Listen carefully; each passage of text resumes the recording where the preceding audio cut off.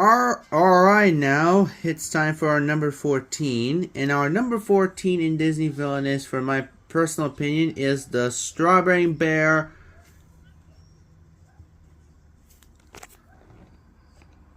Lotso. And he also came with this, too, as an extra. But first, let's see his board. You're a piece of plastic. You were meant to throw. You're a piece of plastic. You were meant to be thrown away. And Lotso's objective is to have 4 heroes with a 0 strength at Buzz Lightyear in the Capital Room. And here's the thing. So your objective is to have Buzz Lightyear in the Capital Room and oh sorry. Oh my god, sorry. There we go. So again, we have Lotso. You need to have all 4 of the heroes with a strength of 0 and Buzz Lightyear in the Capital Room.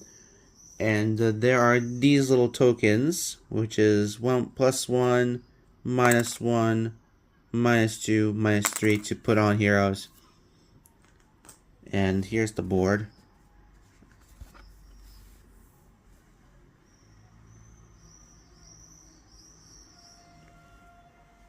So basically, yeah, and you see the Capital Room doesn't have anything. Well, this is where we put Buzz Lightyear there. So there's Buzz Lightyear. He's the Guardian. And then here's the demo side when you play a specific card to turn him on.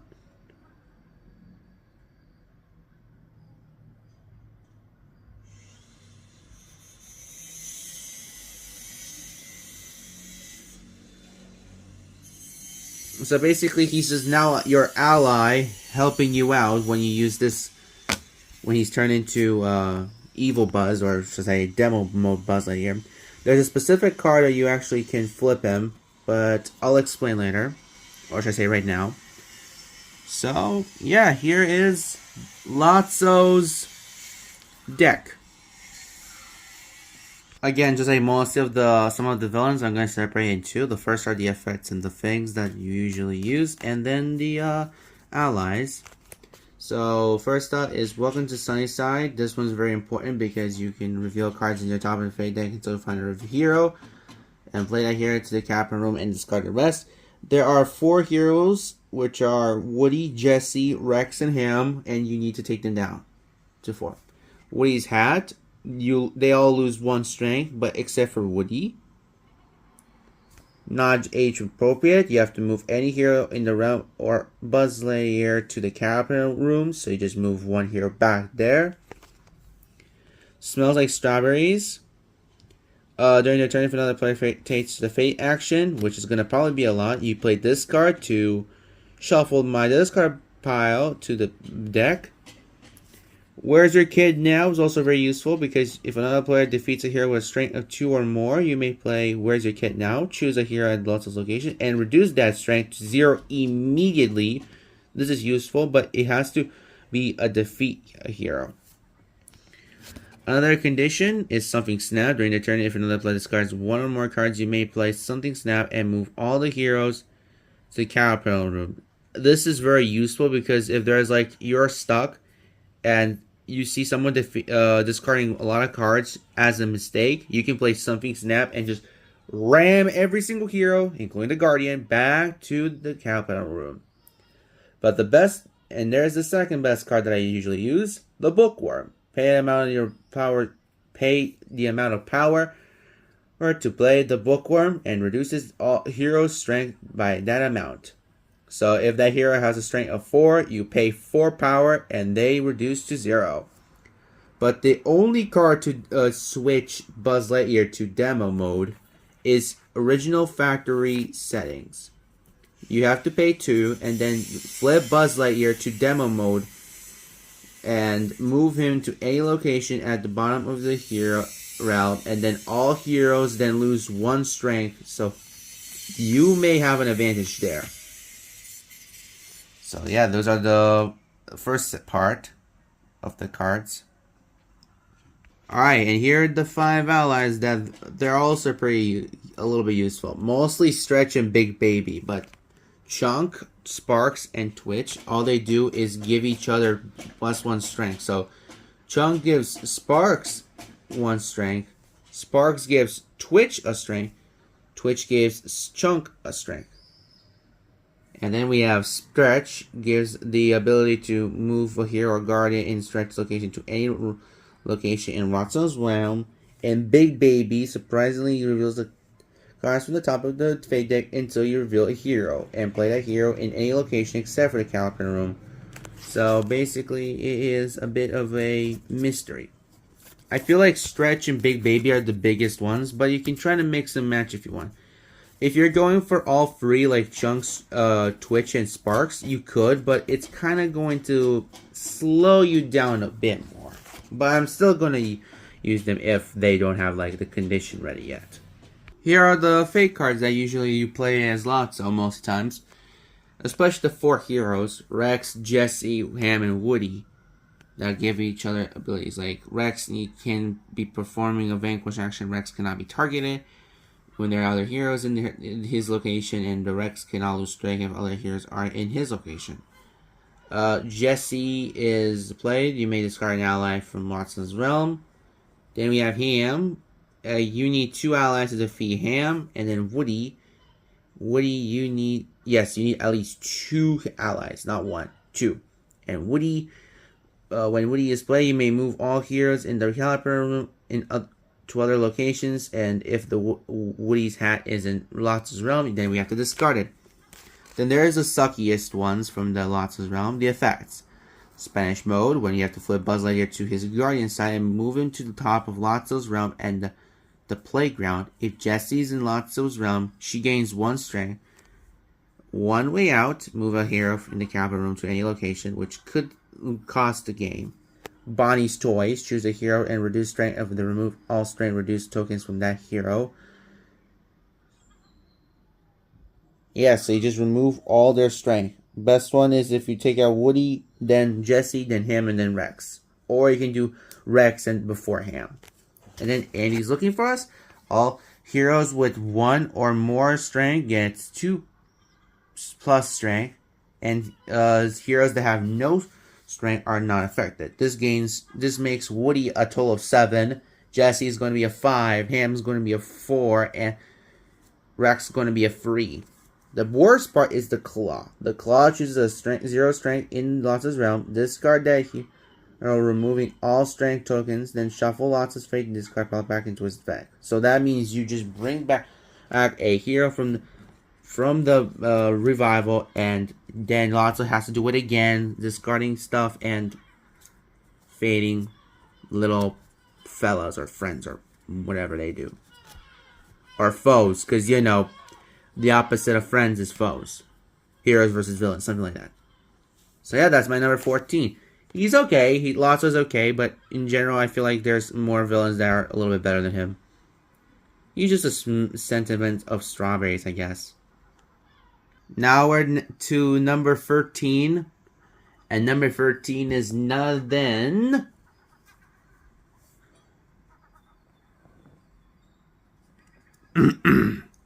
Cruella de Vil, if she finds you, you know she's evil. I'm just inventing my own song, sorry about that. Cruella de Vil is a no-duder. Cruella de Vil. And here's her board. Here's her board. So she says, I'll get even, just you wait, you'll be sorry. And there's Cruella. Cruella has also these tokens. I'll just show you later. So Cruella's objective is to start our turn with at least 99 puppies. And captured puppies. And here's her board. It is pretty interesting to see. There's the reason why some of them need 4 more actions because of someone else. Because of 5 actions. But yeah. Cruella de Vil. She is just one old mean lady who loves to steal puppies. And now here comes the thing. besides her deck, she has tokens. 12 little tokens. So basically, these are the supply tokens. And her job is to use her 2 allies, Horus and Jasper. Yes, I'm just going to say it. To reveal puppies and then capture puppies at a specific location and to put it in her capturing pile. So let's say I have this little puppy, see? And when you flip it over, it says 11 puppies at Hell Hall. Hell Hall is this one right here. You put the little puppy token here, and then once you use Horus and Jasper to activate the ability to capture them, you can use this to put in the capture pile. And your goal is to get 99. So there are some of them, like saying here, like this one shows Milk Farm. There are sometimes you can find lucky enough to find a 22 section where this is doubled. There are 2 of these 11s and 1 type of 22. So I'm going to be showing you in a bit a second right now. I'll get even, just you wait, you'll be sorry. Here they are. So there's 8 11s and 4 22s. And there's 3 from each location. So you may have to find at least 99. So that means you can be wasting your time and be a little bit unlucky to get 8 of these. And then you may have to find 1 of these. You necessarily need to get at least 1 of these 22s. Or you can do 7 11s and 1 22 to make 99, or more. So that means you can just put like that and you get more than 99. Or if you're lucky enough, you can put 22s, all 22s plus this 1 11 to make 99. Or anything you want, basically. So yeah. So basically, all you gotta do with Corella is, this is the supply, right? The supply, pick one, reveal it, and just reveal it. And then put it in the respectful place. And then use Horus or Jasper to activate, to steal that puppy. And put it into a succession pile of capturing puppies. Pretty neat if you're asking me. And now, it's time for Cruella de Vil's favorite cards that I used to play with. I know there's a lot, but not all of them are good. So yeah, there are a lot of though, but that I do like to play the cards with Cruella, like Here Puppies, where you can choose a puppy token from the supply and add it to a specific location, or you can use Cruel as a condition when you move an more ally. You can choose 1 puppy token from the supply and add it to the specific location.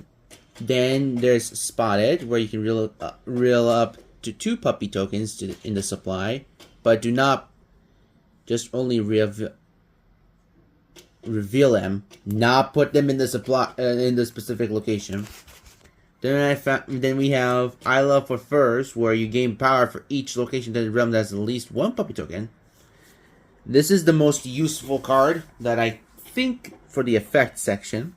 Bought and paid for, you capture 1 puppy token from the Cruella's Vale's location. So this could be useful to sacrifice for Horus and Jasper's idiotic stuff. Then there's Get the Job Done, where you can perform an activated action twice. And we have the You Idiots. You have to move an ally in your location and choose an ally from that deck or discard pile and put them in the hand, and then we have to shuffle our deck. Jasper and Horus are both clumsy, so I feel like, you know, they are pretty annoying to deal with. Also, the funniest part is just one of them just saying, "Oh, shut up." Like, literally, they're just doing their job done. Speaking of the "oh, shut up" with Jasper. Yes, that was Jasper speaking. Because Horus was the other one. We have the Roadster, which was really interesting, to be honest. When you can move to any location with the Roadster with the puppies, if they're in the same location. And you can move up to 2 puppy tokens from the roster previous location to the new location. Next up is the flashlight. You choose a puppy token from the supply and add it to the specific location. Then there's the telephone, where you can choose to an ally from your discard pile and play it from the location for free. So that means you don't have to spend for Jasper or Horus. And there is the most important card that you need to put on both Jasper and Horus. The Fireplace Poker. You need this card ASAP. When the Fireplace is played, attach it to an ally. That ally gets +1 strength. When that ally will be discard this item instead. I suggest you put on both of them ASAP, because we know that she only has 2 allies, which is Jasper and Horus. Jasper is a strength of 4, Horus is a strength of 3, but both of them are pretty good. Jasper actually does the double job done than Horus. Like, Jasper captures up to 2 puppy tokens at this location, where you have to pay 1 power. Horus, on the other hand, he can choose to either capture 1 puppy token at that location, or choose 1 puppy token from the supply and add it to the specific location. He's like the flashlight, but way better to choose from. Literally. So yeah, now it's time for Cruella de Vil's Fate deck, that if I was going to play against Cruella. Here are the cards I usually play as against Cruella de Vil when I Fate. We have Reckless Driving, where you discard an item. This is important to discard the fire, or telephone, or the roadster. But other than that, she's pretty much just doing her job here. So other than that, Cruella just discarding that item is very, very important. If her car isn't in play, then play the telephone, because other than that you can just do the fire one. So that way she can suffer too much. Then we have Perdita. Perdita is a bit more different, because when Perdita was played, you choose to play 1 captured puppy token and add to her location. Flee the Coop. Choose 1 captured puppy and then return it to face up in the supply. This is a good one. And there's Labradors. When you remove 2 puppy tokens from 1 location, turn them face to the supply. So these 2 are a little bit like... This is the mini version, this is the mega version. Pongo is also really useful, because puppy cannot be captured at that location. Annie and Roger, when you reveal a puppy token and place them on their location, they immediately return it to face up in the supply, like a waste. Twilight Bark can bring back another one, so using this to, bring back at least Pongo and Nito or Roger if they've been discarded. Sergeant Tibis is also a useful one. He actually can move up to 2 puppy tokens and Cruella de Vil into his location. And there's Nanny, who activating allies and items at that location is increased with 1 power, so she's just making you spend more. Other than that, Cruella de Vil, I want to say, she is not kidding around with her cards. She's actually pretty easy once you understand her, but she's actually pretty messed up with, because all she does is she has to dealt with puppies and scenarios, and also evil doers with the Pongo and Perdita stuff, and also Anita and Roger can be also an obstacle out of the way. So yeah, that is the main reason why. So that's why Cruella is number 13. Alright, it is time for the number 12. Number 12 is none other than the one and only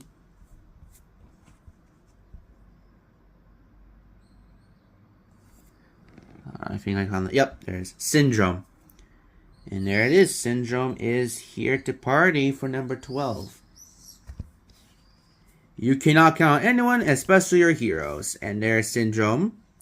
Syndrome's objective is to defeat Omnidroid 10 and have no heroes in your realm. He's a bit toughy, but he's actually more interesting than some of the others. I mean, he starts with 3 robots. No, he actually has 3 robots, and I'll explain. So, other than his deck, other than this little thing, he has these 3 to deal with. He has to defeat heroes with the Omnidroids. He starts with Omnidroid 8 at Normanson Island. Once it's discarded, you can play Omnidroid 9, but you need to have a major modification card. The Omnidroid 10, you need to have 3 modification cards to play. But I'll start with the first one. So yeah, there's Syndrome to defeat Omnidroid 10 with no heroes in the realm. Yes, each character has a quote, by the way. Alright, so we have Omnidroid 10. No, not 8. And he's a strength of 5. When discarded as a result of Vanquish action, remove Omnidroid 8 from your realm, and you can shuffle my discard pile from the deck. His back is nothing. Omnidroid 9 is the same thing. Remove 1 major modification card from the realm and play it to any location. When discarded as a result of Vanquish action, remove Omnidroid 9 and you can find Syndrome's remote and put it in my hand. It can be in the discard, it can be in the realm, in my deck, or let's say in his deck, or anything in between. Now for Omnidroid 10, also this is the back of, see there's nothing there. Omnidroid 10, their strength increases by 1, so version 8 is 5, version 9 is 6, and version 10 is 7. You have to remove 3 of them. And you have to put him on downtown Metroville. If Syndrome's remote is in the realm, you have to play Omnidroid 10 into the opposite side of the realm. So if the remote is on the bottom, he is on the top. If the remote is on the bottom of the... No, if the remote is on the top, the Omnidroid is on the bottom. And vice versa. You could use this guy to play Vanquishes, but you don't discard this one. Once Syndrome has the remote on the same location as Omnidroid 10, and there's no heroes, you can just flip it down. Once it's flipped down, it says Omnidroid V.10 destroyed.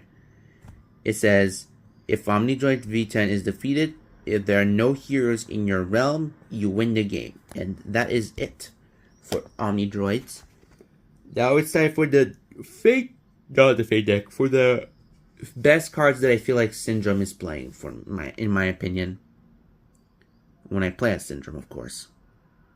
Alright, so these are when I play as Syndrome most of the time.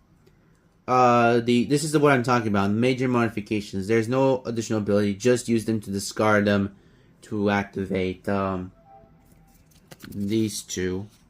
Omnidroid 9 and Omnidroid 10. You need one of this. You need one of these to discard to get Omnidroid 9. And 3 of those to discard to get the other one, version 10. Release Patrol is very useful to vanquish adjacent locations, and we also have Marriage. Reveal cards from the Syndrome's fate till you find a hero, and then play a hero to the Manager's location to discard the rest. Then you have the best one, Syndrome's Remote. Syndrome's Remote is location gains the activation power, and it says the Syndrome's is in the same location as Omnidroid 10. Activate Syndrome's Remote to defeat Omnidroid 10. After Omnidroid 10 is defeated, you can just flip the tile over. This is useful, but also pretty shitty. Because all you do is just... Man, you cannot deal with this. Like, holy shoot. It's dangerous, but it's also risky. Because if someone tries to fate you with a hero, that hero can steal the remote. And it's so suffering to deal with. Then we have 0 point energy, which attaches to a hero to give them -2 strength. And the identification, please, to move an ally or Omnidroid to any location with a hero. Then there are the conditions that I really like. If I gain power, I can just reveal a hero, play that hero to any location or realm, and that hero gets the -2 strength. And discard the rest. Who's super now? If another player takes a power card action, you may play Who's Super now, and I gain power to equal the cost of card played by the opponent, and also not a psychic. If they discard one or more cards, you may play not a psychic. You draw cards from the villain deck equal to the number of cards discarded. So basically, if they discard 2, I can discard 2, and then actually bring 2 cards into me if Syndrome's doing, or actually Syndrome's doing that. So if Syndrome right here sees if someone discards 2, he can play not psychic, and he draws 2 cards. And that is it for the Syndrome's deck. Now it's time for the cards to play against him that I usually use on him. These are all the cards that I usually use on to fate Syndrome if I'm playing as someone else. And we have Frozone, who is which I feel like all the heroes are attaching the remote except for Jack. But other than that, I feel like Frozone, all he does is allies cannot be moved away from Frozone's location, so he's just stuck there. Mr. Incredible, he gets 1 strength for each other hero at the location, so he can gain up to a total of I feel like he gains a total of 12 strength. Let me check. Yes, he gets 12 strength if all heroes are in place. He's gonna be a toughie if you can't use the Omni Droid. This is a best effect card. You discard all allies and items except for force fields and from Syndrome's realm. So you discard every single item and ally. Literally. Elastic Girl, if Syndrome's remote is at Syndrome's realm with Elastic Girl, you attach it to her. When Elastic Girl is played, you may discard an ally from her location, which is pretty nifty. Violet does the same thing, but she's played. You discard the 0-point energy from the Syndrome's realm. Dash is also pretty interesting to move a hero to Syndrome's realm to Dash's location. Jack is gaining the equal to the strongest hero in the location, so he may gain up to 6 if it's Mr. Incredible, if that's Jack does. Force Field, the item is discarded just like one of the other cards that I talked about. And yep, that is true. No Capes is also pretty important because you can place under the Syndrome's mover, which is a little piece. At the beginning of his next turn, you can discard no capes, then remains in the same location and takes the actions there. It is pretty interesting to slow him down. And teamwork. Yeah, you just have to play both of the cards. Yes, this card and the second card. Then you look at the top 6 cards of Syndrome's Fate deck and return them in top of Syndrome's Fate deck in any order, and you can just arrange them to make it suffering. So that way you can have that's totally wicked card onto the play immediately, because if Syndrome has the remote, the wicked card can be discarded immediately. It doesn't matter how many of them. This could be useful. The totally wicked can be pretty useful if Syndrome has a lot of allies or items into his play. So yeah, that's why he's number 12. Next up is our number 11, and our number 11 is none other than the most royalness situationable ever, Queen of Hearts. I kind of do enjoy her, but she's a bit more of an average situationable. Here she is. If I lose my temper, you lose your head. And she needs to have a wicked at each location and successfully take a shot. Meaning she needs to have at least one of these guard cards on each of the locations she has. So, What are wickets? Well, basically, you just need to make sure that you take the actual shot. So, yeah. Let's see how that's gonna work. Well, here are the cards that I usually play as.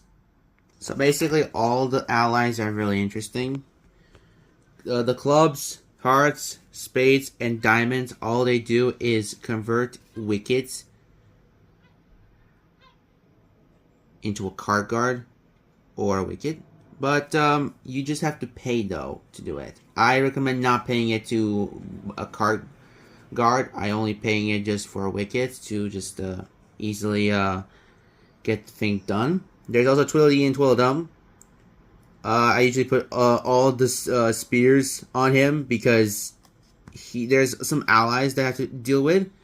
Because Twilly and Twiddledum can have these little spears. And I'll tell the spears later.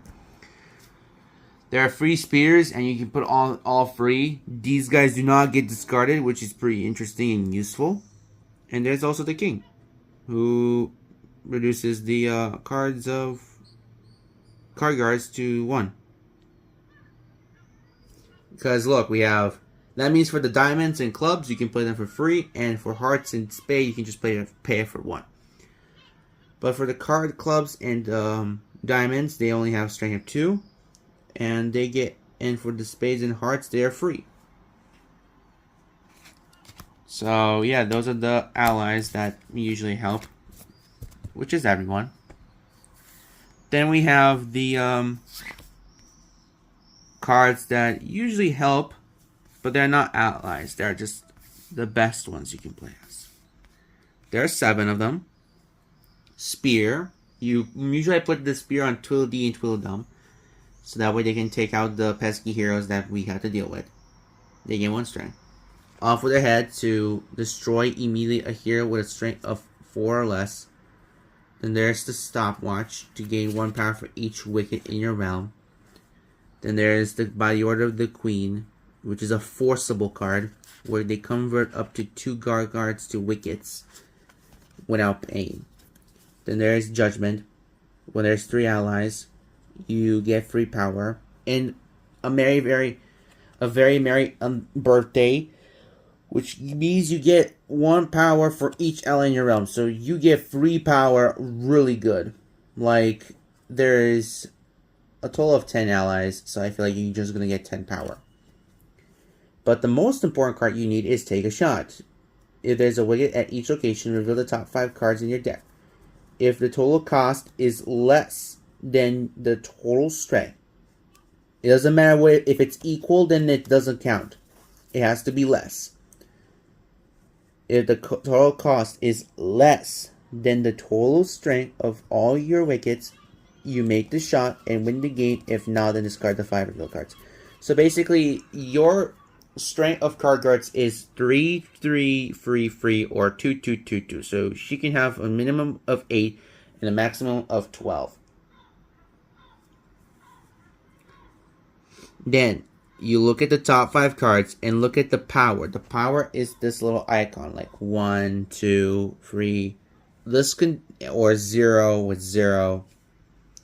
And if it's less than the and if the power cost is less than the total strength of all my wickets, which is basically a lot. So if you have like 12 wickets, if you have all 8 of the card guards, then it will be free, 2, 2, 2, 2, which is going to be a total of 20 strength, which is pretty much guaranteed winning, unless if you find like a big number that just wants to troll you up. But still, you may win easily with that. So basically, if the top 5 cards are, let's say, 0, 1, 3, 2, and 1, and you have a wicket of 12 strength, then you automatically win the game. If it was 8, if the guard guards were 8, then it's an equalizer, and you have to discard the top 5 cards, and you have to take the shot again.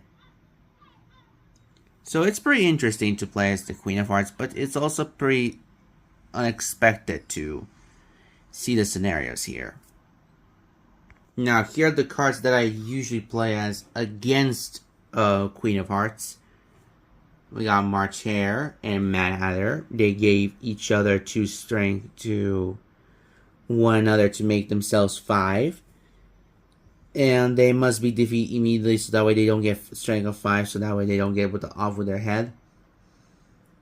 Then we have Cheshire Cat. When he's played, you may convert to card guards.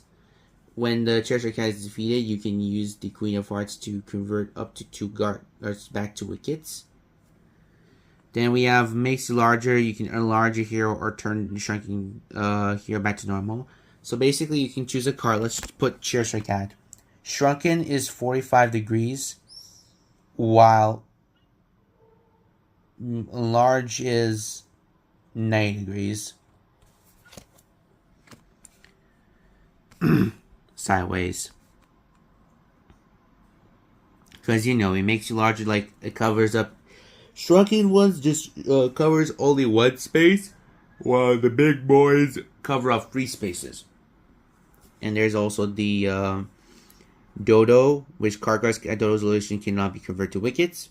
White Rabbit, activate card guards with wickets is increased with 1 power. Down with the Rabbit Hole. If allies in the Queen is discard an ally from her location. That's how the down to the Rabbit Hole is. If not, you have to find her and play her. And here's Alice herself. Queen of Hearts cannot move items or items, which is a bit of a sucky to be here. I mean, all you do is use her to discard things. And trying to discard her. Or should I say, vanquish her. And that is it for Queen of Hearts. She's my number 11. She used to be a little bit lower, but I feel like there were other more villains that they were so bad than her. So that's why I put her in that specific spot. Alright, we are now into top 10. After a long time, we actually reached top 10. So let's look at our number 10 now with the Criminal of Mind. This fella right here named Ratigan. Yes, Ratigan used to be way lower than I expected, but I actually played as Ratigan and understand the game a little bit better. He's hard, but not too hard. But he's not in pretty easy either. I mean, he's literally trying to just be who he is. So that's why I put Ratigan on number 10. Oh, this is wicked. So delightful wicked. Ratigan. This says place Ratigan's objective tile here. And there's his tile. So Ratigan has 2 objectives, unlike other villains.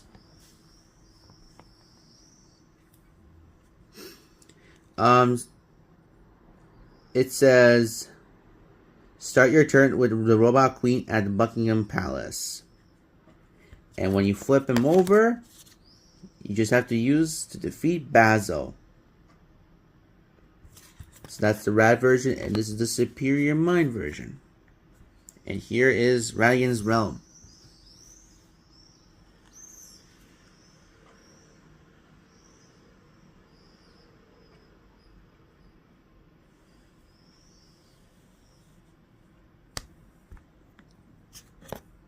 See, this is the evil version of him. The actual rat. And here's the regular version of him. And now, the cards that we have to use. Here's the Fate deck. And here's our deck. So now it's time to see which are the cards I usually play as Ratigan. Even though Ratigan has a lot of different cards, not all of them are perfect. Ratigan has a lot of items, and these are my favorite items that I usually play as him. If I play as Ratigan, I usually also go with Royal Robes to gain 2 power. Because, you know, he needs that power a lot. The Robot Queen is also very important because it's the objective. You need at least 15 power, which is the biggest power that I ever seen. But you can reduce that power to the gears. When you play the gears, I may discard the gears from the realm to reduce the cost of that item to free power. So you can find 5 gears to reduce everything to the Robot Queen. The Robot Queen can only be played at the Secret Lair, and then you need to move her to the Buckingham Palace. Or should I say the Buckingham Palace. If the Robot Queen is discarded from your realm, flip over to the objective to reveal the rat, which is this rat here. Sorry if I scared the little ones out there, but I feel like it's also pretty shitty because you just have to spend a lot of power just for one simple card. At least the Gears does make it simple, but other than that, he's a bit more unexpected. I mean, the Bell is also good because you can take Felicia from the deck and put her into her hand and then shuffle your deck. Marvelous Trap is to pay 1 power and defeats all heroes at this location, which is very interesting. Fidget's List is also pretty cool because you have to reveal the top cards until you reveal an item, and that put that item into the hand and discard the rest. Uniform gives that ally +2 strength, and you can immediately perform a vanquish action using with that ally. And Tools is very important because you reduce items with -1. So that means you can play the Bell for free, you can play Gears for free, you can play Uniform for free, you can even play Fidget's List for free. Literally. No, the Robes Kiss costs 1, this costs 2. And the Robot Queen could probably cost like, I don't know, 14. But with the Gears it could be something else, but still. So yeah, those are the items. There's actually still a little bit more. Not just these cards are useful, because there's 4 more cards I actually do love playing with. There's Fidget, the only one. When Fidget is played, find Flatsman and play him to the Flatsman toy shop. Ratigan, to make sure everyone thinks he's the grimmest criminal of mind. He draws either 2 cards or gains 2 power. This to either give him more money or more chances to get the respectful good cards in the deck. There's Felicia, the strongest ally in Ratigan's deck. When Felicia is played, discard an ally in your realm or pay 2 power. So you actually need to pay 5, or you can discard an ally immediately. And there is Capture, which is another good card. You can move a hero with strength of 3 or less into the Secret Lair to make sure they don't ruin your pesky plans. Now it's time for the Robot Queen to realize that there's also, with Ratigan, pesky heroes in the way. These are the best cards I usually play as against Ratigan, like Flatsman. When Flatsman is at Secret Lair, the cost of Robot Queen is reduced by 3 power. But I usually try not to do this purpose. It's like a little trick to fool the player who's playing as Ratigan. Donson gets +3 if Basil is Ratigan's realm, which is useful because then Basil gets 8 strength. Call for help. If Basil is in Ratigan's realm, you may move him to any location. Otherwise, find Basil and play him to a location. So Basil is very important because Call for Help is going to be really discarding because you have to find Basil by yourself. Because nobody wants to play Basil because that's Ratigan's objective after beating the first section, which is the Superior Mind. And now we also have the Makeshift Balloon, which attaches to a hero with a hero strength of 2+. You may immediately move that hero to any location. This is good except for one specific character named Olivia, which has a strength of 1. I'm just going to show her. See, she has a strength of 1. She's not really good though, by the way, because she just chooses an opponent that played the top card of the fate deck. So yeah, make sure just gives the hero 2 strength. There's Basil himself. When Basil is played or moved, you may discard 1 item from his new location immediately. no matter how many times you say it. And then there's these two cards. Johnson actually gives Basil 2 strength. That was crazy though.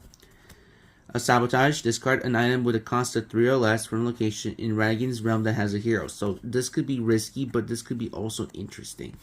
It depends on what item you're going to do. I feel like the tools are important, but also the most important is the robot queen. So that way Radigan has to waste more time to spend that thing again. And now the most important card that I feel like it's more interesting than Basil is the Mouse Queen. Radigan cannot win with Robot Queen at Buckingham Palace. So you need to discard her immediately, which is really important.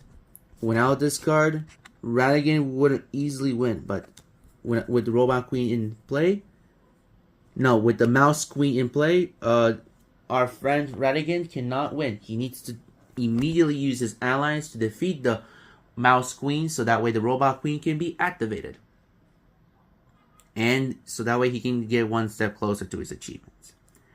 Radigan's fun, but he's kind of in a mediocre situation. He's still pretty fun though, compared to other villains.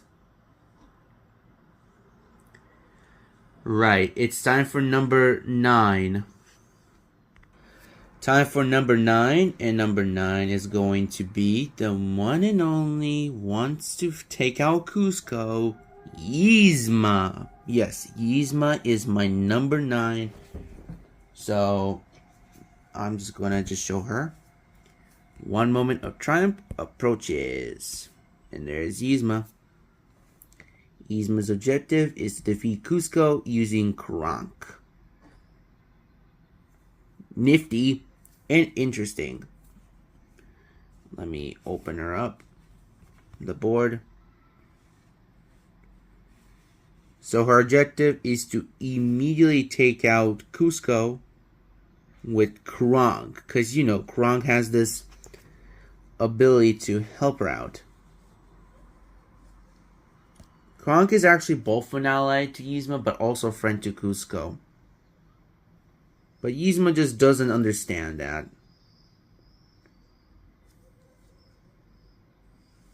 So yeah, this is Yzma's board.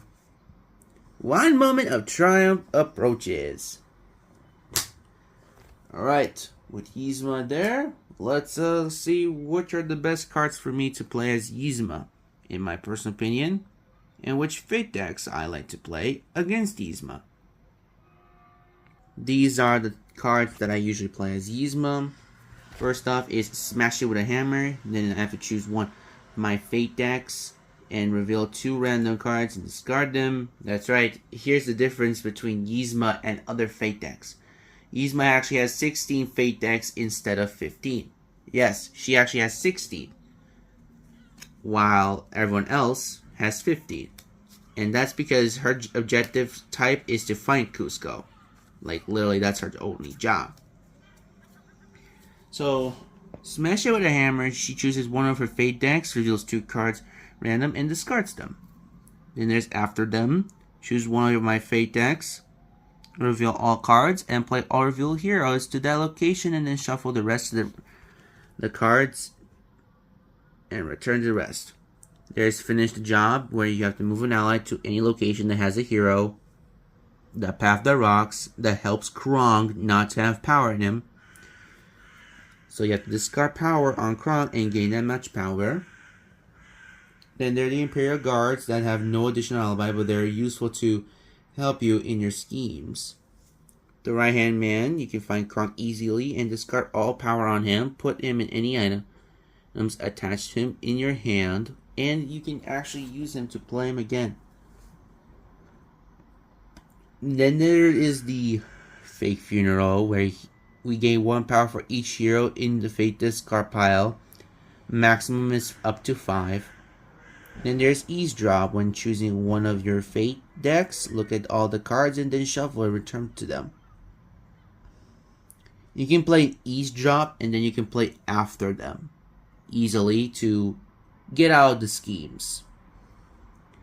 And then there's the two best ones, the ally and the item. The ally's name is Kronk, and the dagger is the item. When the dagger is played, attached to an ally, that ally gets +1 strength. When the dagger would be discarded, put it into the hand instead. So basically, the dagger helps you to, when you vanquish someone, it actually puts the dagger back into your hand.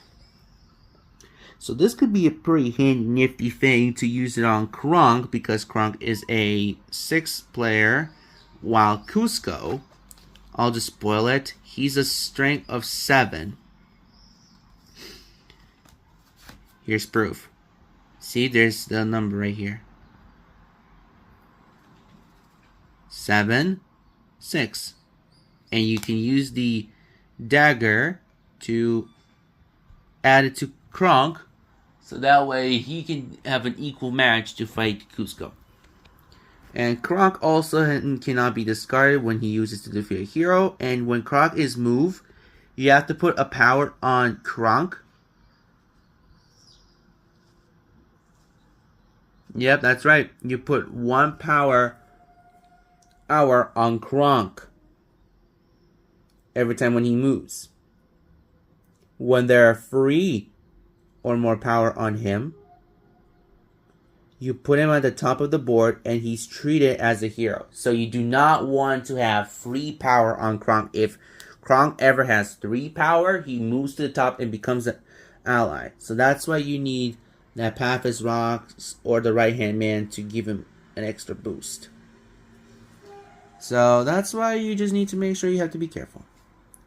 And now it's time for the one that you guys have been waiting for. The Fate decks that I used to play against Yzma. Unlike other villains, Yzma has 4 of these. And let me bring back the Yzma's board. And for her Fate, she puts 4 of each, since they're 16, evenly at each location. And Cusco is hiding at one of them. Yzma needs to figure out where is Cusco at, use Kronk, and defeat him. That's the objective, because that's usually what Yzma does. That's why she has a different set and a different starting set. Now it's time for me to show you the best Fate 8 cards to play against Yzma, in my personal opinion. Nearly all the heroes are okay except for one. I mean, now that you think about it, I just feel like there's some scenarios that could be possibly Sanctuary, but in the end, I feel like Bucky is also an interesting one. Like, you cannot use Kronk to defeat Bucky, so you have to use like an Imperial Guard. Like, he's a strength of 3 or 2, and you can just use one of them or 2 of them to discard Bucky. Tipo and Chicha are working together. They're like, they cannot defeat other heroes if one of these 2 are in the realm. So you have to discard both of them immediately. Yes.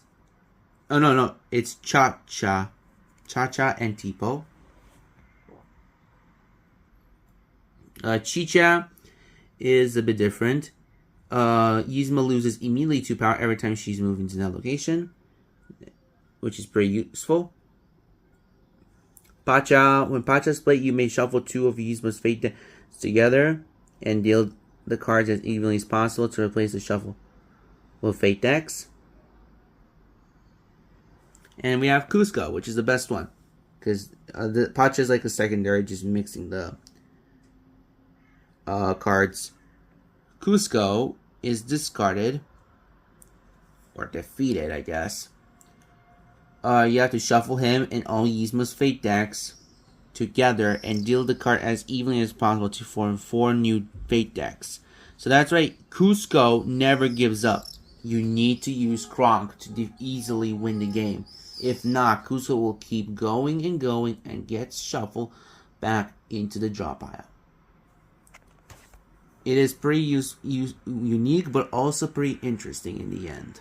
So that's why he's like, let's just do it. Let's just do it.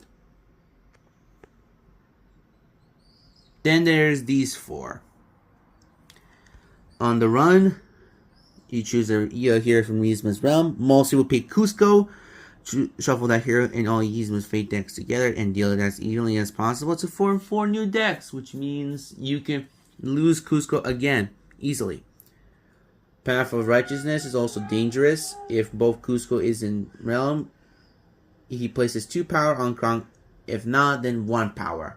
So if Cusco is in play and you have this card, you immediately have to play that 2 power. If not, 1 is enough. If Kronk has 2 power and this card shows up, then you can put that 1 power on him so he can turn into a hero. Then there's the Beware Groove. Beware of the Groove. Choose a hero from Yzma's Fate deck pile, and then you have to shuffle the hero and the 2 of the Yzma's Fate decks together. Deal this card as evenly as possible to replace the shuffle Fate decks. So that means you just shuffle 2 of your Fate decks. You can choose a hero. I recommend Chicha mostly, or Bucky, in my opinion.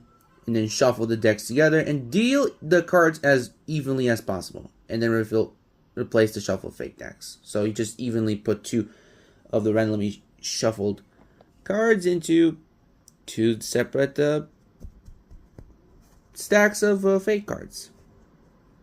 My favorite one is the Wrong Lever, though. Wrong Lever! When Wrong Lever is revealed, you must immediately play it, and Yzma loses half of power round up.